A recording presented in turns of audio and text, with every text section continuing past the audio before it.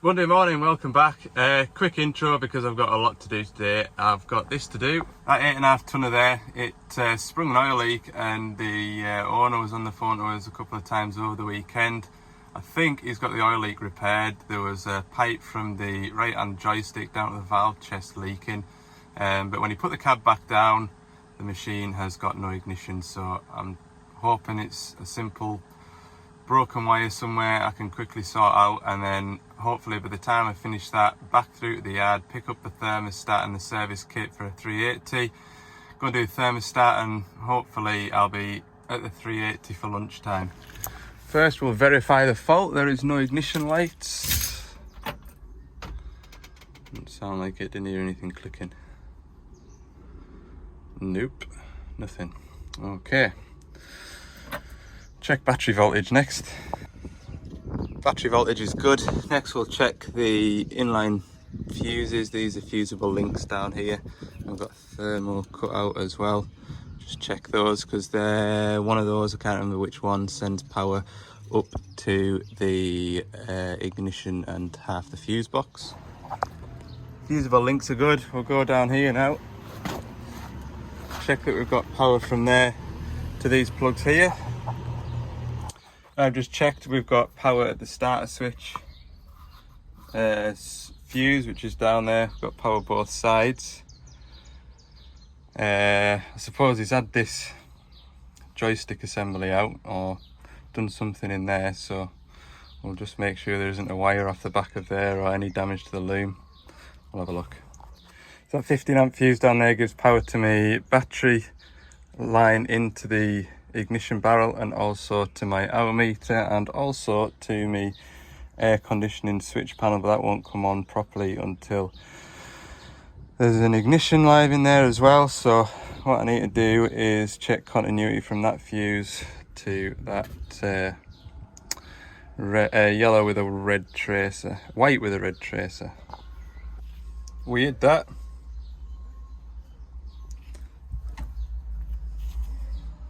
Fuse is blown, but I checked continuity through it. Alright, continuity. Change that fuse out then. I'll maybe go and get me.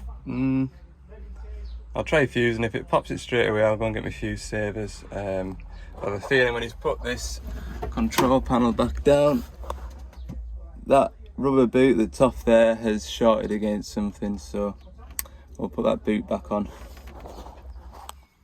There we go. The ignition's on. I haven't spoken to anybody yet, so I can see there's a new pipe in there.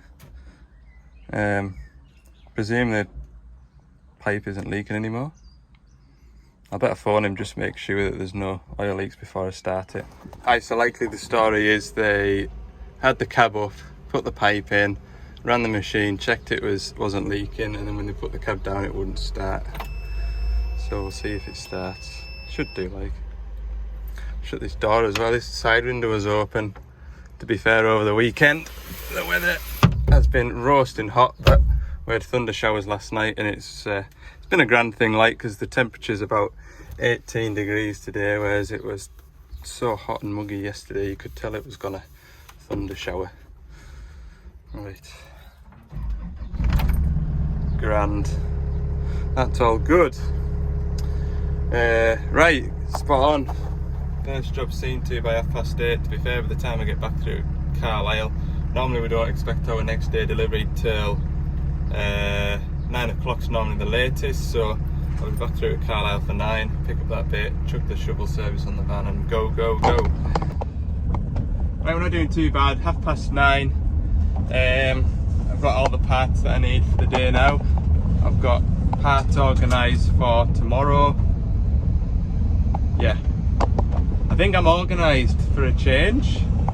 So yeah, 9:30, it'll be about 10:10 we'll be at that thermostat.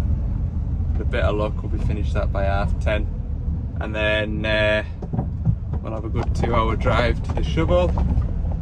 Maybe not 2 hours, it's an hour and 45, an hour and 50 from Carlisle, so an hour and a half. Like to be there for lunchtime. That's the plan. Okay. What a fight I've had getting in here, look. I only had to open one gate, and then I just straddled that ridge on the way in, and yeah, when I came back here today I thought I'll just do the same again, and of course the back wheel never jumped up onto the ridge there, and it was crabbing into the site, so I had to jump out and open that fence, and then I couldn't get back going again, so I had to reverse back and run up into here. And what a job! Rear wheel drive fans, I'm not 100% sure on them, they look good. The Sprinter definitely looks a lot better rear wheel drive than it does front wheel drive, because the back axle on the Sprinter front wheel drive is way back sort of here.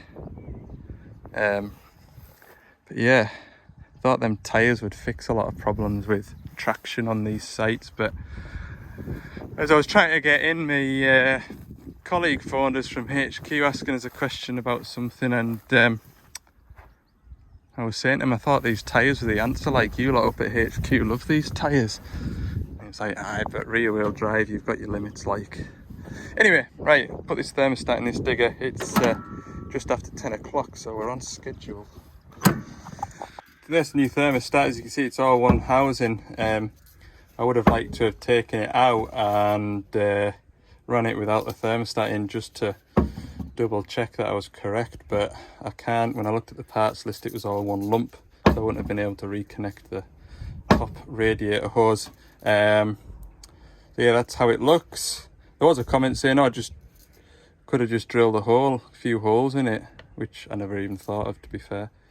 But then if it wasn't the thermostat, then I'd have needed a new one anyway. So the machine hasn't turned a track since I was at it last, so nothing lost. Right, new thermostat's in. I haven't lost a lot of water, to be fair. I've just topped it up. Pull these grates out and just give them a wipe off. They'll just brush down with the brush. See? I'll just do that for all three. There's three along the front of the radiator there, so I'll just do them real quick and we'll get it fired up and running. Right, we'll start it up.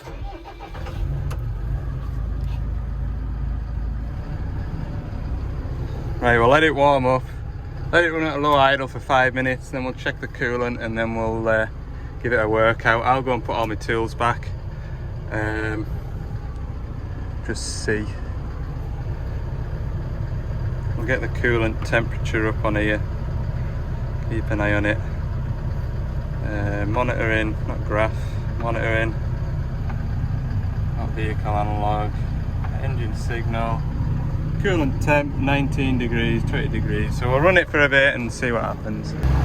Right, I'm just running it now. It got up to 76 degrees before there, and it's just coming back down again. So that is a good sign. I'll just run it for another 5 minutes, make sure we're all good. And yeah, temperature's nice and steady there now, 74 degrees. Good. I've just been having a dig about in here. So anyway, 76 degrees, 75, 74 it's going to drop to. It's all good.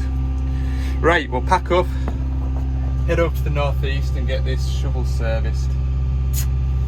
Yeah, good.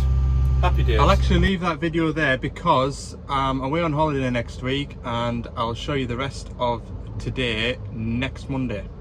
Okay, so I hope you've enjoyed this video. If you have, let me know by clicking the subscribe button, give the video a like, and for more bits and pieces throughout the week, check out Ali's Digger Diary on Instagram, and occasionally there's a TikTok as well.